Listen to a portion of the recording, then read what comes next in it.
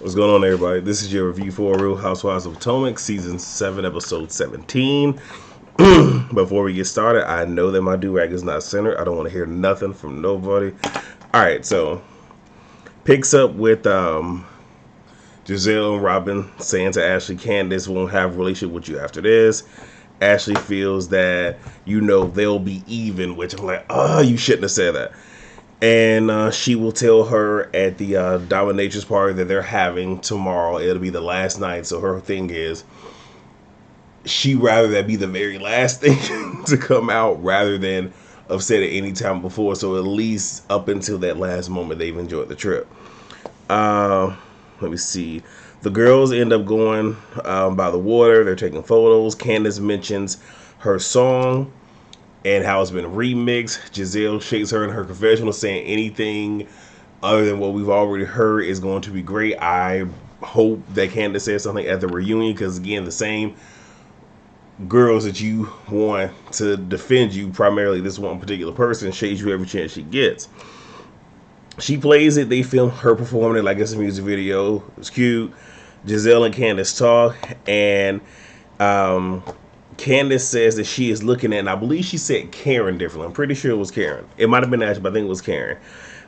Giselle says, as you should, do you trust her? And this is Giselle yet again stirring the pot, she's trying to ice Monique off the show, which again, I've already said Monique tried to ice Candace off the show. So again, we don't have to go there, but you're trying to ice Monique off the show, and then every chance you get, you coming for Karen. Woo, the seeds you sow, the seeds you sow. But Candace says she's figuring out. So the girls are at dinner. Karen has one glass of bubbly. I don't know if it was champagne, if it was a white wine. Doesn't really matter. Giselle is in her confessional. She done looked it up on her phone, saying that if you have one drink and you have a noser, it could kill you. Could be an overstatement. Is that the word I'm looking for? We'll go with it. I'm tired. I'm literally recording this immediately, like right after, so whatever. But in addition to that, like, I have two friends. Both of them have an ulcer, and they still drink. And from what they told me, again, I don't know. They could be lying to me. But for them, it depends on the type of alcohol that they drink that will exacerbate the pain. I don't know.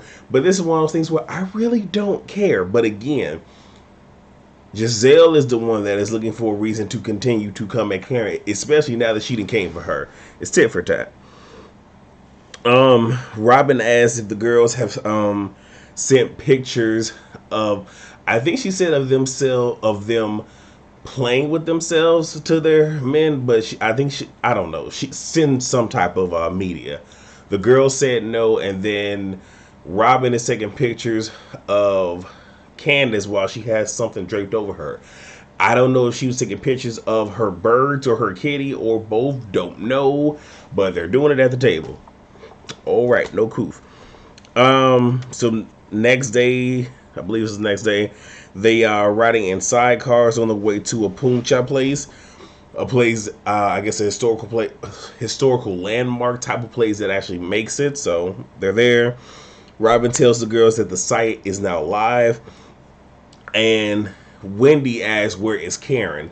And you can tell that, what is her name? Robin wanted a moment to be on TV, because the reality is, like, if you didn't want Karen to even remotely feel a kind of way, why didn't you pull her to the side and be like, hey, I'm going to announce to the girls that the website is live. I couldn't use any of your photos because of this, and this. And at least she know going into it rather than being surprised. But Karen said, I mean, it is what it is. I don't really care. But I still think it's foul that you didn't get that. She wasn't giving a heads up. But Karen is cool on it. I'm really running through this because it was just a fun episode. Not really a whole lot happened, So back at the hotel, Ashley asks Giselle about Jamal, and currently at the table, because it's Giselle, Ashley, and Karen. The other girls are coming in, but at this point she asks, and Karen's just like rolling her eyes and whatnot. Karen shares with the girls that she will. So all the girls are now there. She shares that she is launching a wig line, and she's going to have a wig shift party. And in the confessional, Giselle is shading her, talking about so she has another venture. Well, Miss Giselle, last that I've heard, every hue is not in every store, and that it's possibly been liquidated. So why are you sitting here coming for another African American woman who is trying to have a diverse portfolio that is trying to ensure that she can stand on her own, independent of her husband? Okay. Robin asks if Monique is invited. Karen says no. Now, we come to see in the previews that may not necessarily be so. I didn't feel like rewinding all the way to that one particular point to actually get the quote written down correctly. Don't care. So, later on that day is the Dawn party. The girls have, so before the party starts, Giselle, because you know she has to be the author of making sure that everything goes according to her little devious plan, asked Ashley, so are you going to tell Candace? She was like, yeah. She's like, well, can you at least like wait until after the game? She was like, yeah, I'm actually going to do that. So they play a game. They're having to answer questions, about, sexual related things. Some of the question was, what's your favorite place to be touched? The last time you gave an old fashioned. How much do you pleasure yourself? I'm not even gonna go where my mind was. So the girls asked Ashley about like one of her crazy moments. She shares that. Robin says this is the one time that there has been no tension amongst the girls, which is shady as hell, and I'm pretty sure Giselle wanted her to bring that up because I mean it's like yeah the perfect way for Ashley to be like well, but Ashley says to no, not Monique, to Candace. I just want to be forthcoming with you. Even though she said, I know that we're friends or, we're working on the friendship. She could have kept that out. But she says to her, like, I was asked to write a statement and I wrote a statement. And Wendy jumps in to ask the same exact question that Robin had asked. Like, what are you going to say because you didn't see it? And I do wish that I was watching Hurley B TV's review for last week, and she had even said that Ashley could have led with Monique had asked me to write a statement based off of my interactions with Candace, and it would have flowed a hell of a lot better. We could have skipped a lot of that middle stuff and just, skip the small talk. Let's get right to the chase, to quote Bianca from her Get Me Bodied song. So Wendy is defending her friend, which I can understand it. My only thing is, part of me doesn't like it. One, I felt like that conversation should have been had independent of the girls, but I'm pretty sure maybe the producers wanted that scene. But also, it's showing that Candace had all that mouth for Monique, but you don't have the words to defend yourself to Ashley, where someone else, and it seemed like it's always someone else coming in to fight her battles, and primarily it's Wendy. I kind of have an issue with that. Like, I'm all for your friend sticking up for you. I mean, but like I said, me being me, like if I'm getting into a verbal spat with somebody, I don't need nobody to jump in. I can handle myself. Now, if it's several people attacking me, then hell yeah, somebody jump in and help me, with this. And that eventually ended up happening. And Wendy said a lot under her breath, I'm sorry, I can't truly believe this was Wendy just trying to defend her friend. I think this was Wendy trying to have a moment because, again, let's be very honest here. What has really been Wendy's storyline? She hasn't had much. Just like Robin hasn't had much. And a lot of the times on some of these reality shows, when someone doesn't have a storyline, they latch on to whatever is happening and inject themselves in it, which is currently what's happening. And it's very annoying. It's very tiresome and taxing and all this other stuff. But anyway, because I gave y'all that off the cuff. Let me get back here because I know when I go off the cuff and I don't look at my notes, I tend to miss something.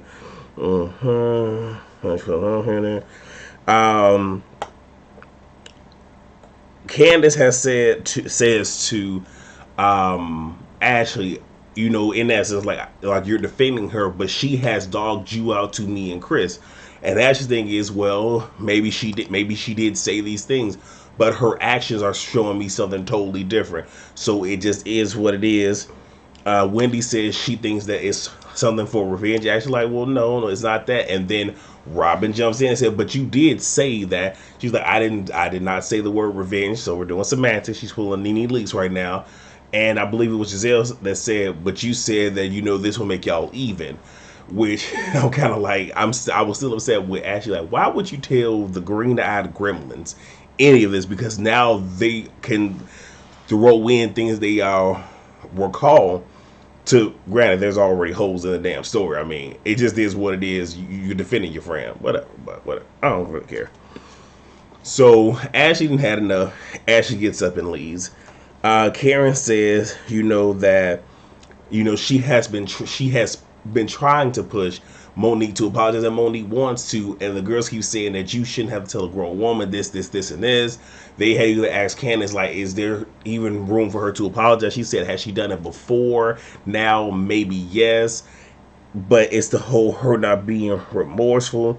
Giselle is jumping down Cameron's throat as she's trying to convey to the group that there's other elements to this story that just aren't being talked about, and they're all looking like we all were there, so how do you know something that we don't know? And Karen mentions that Monique had let her see the statement that Candace had wrote, where Candace had said that she released the glass. Now, it went by so fast, and I really feel like rewinding it, so I don't know if it was like, because again, we know that Monique was doing the flipping of the hair, so I don't know if the glass was released and then the fighting commenced. Don't really know, because to me it's really irrelevant. But what Karen is saying is, you're saying that you didn't do anything to her, but yet in your statement you are saying something that is contrary to what it is that you are saying to the girls. And I think that is what's messing Karen up, is that at least for Monique has, I guess for Monique, what she said is what she said, what she did is what she did, but also what she wrote down, it all lines up. But when it comes to Candace, she's purposefully omitting certain things that happened, again, because that fight happened so quickly. Yeah, many people that were there looking like, hell, we don't see everything, so I'm pretty sure they missed a whole lot of things. Whatever. And then I'm just gonna be honest, we get what's her name, Candace, trying to have her Oscar moment, saying that she is taking anxiety pills for this stuff. And she wakes up every day wondering, like, what is Monique going to do next to her. Okay, if you feel that way. And before anyone has been watching me say anything, because I do suffer from depression and anxiety. I am also on an antidepressant. And for me, it's one of those where when I feel things starting to get heavy, I do take it. But that is more or less because, yeah, sometimes I spiral. I'm not going to do anything to myself, but sometimes I know that I might make a decision to say or do something, not necessarily to myself, that is not going to be what I need for this stage in my life. So it's one of those things where I get it. And even in the midst of Candace doing all this talking, she even said that, because Monique couldn't handle my mouth. So it's like, so you are, granted, I know some people say just because somebody says something, like, we're not even going to do all that.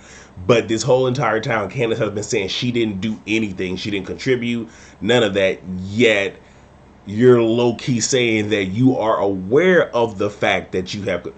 I don't really care. I'm not doing this. So the episode ends with Ashley talking to Michael, and Michael is a real.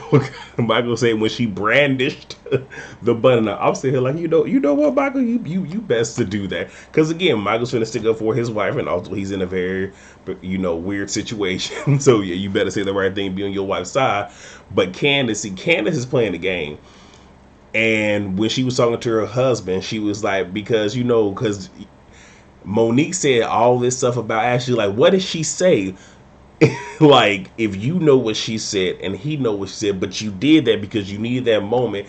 And again, all of these things that she does is on camera, so this footage can be used in court. I'm not saying that she has not gone through anything. I'm not saying that it wasn't traumatizing for her, but I can see through some of the bullshit. So that's it. That's the review. That's really all that happened. That's all I got. Please rate, comment, subscribe, and share. I'm still undecided if I want to do Salt Lake City. I haven't recorded. I just don't know if I really want to do it. even though I'm really not doing many videos, and I still need to do a Pokemon video for this week because I didn't do one last week. But whatever, I'll figure it out. But rate, comment, subscribe, and share. And you guys should have a Pokemon video. Other than that, if Braxton Family Values does come back this week, you'll get that video. If not, then the next video that most of y'all will be watching is this one. Yep, alright, okay, peace.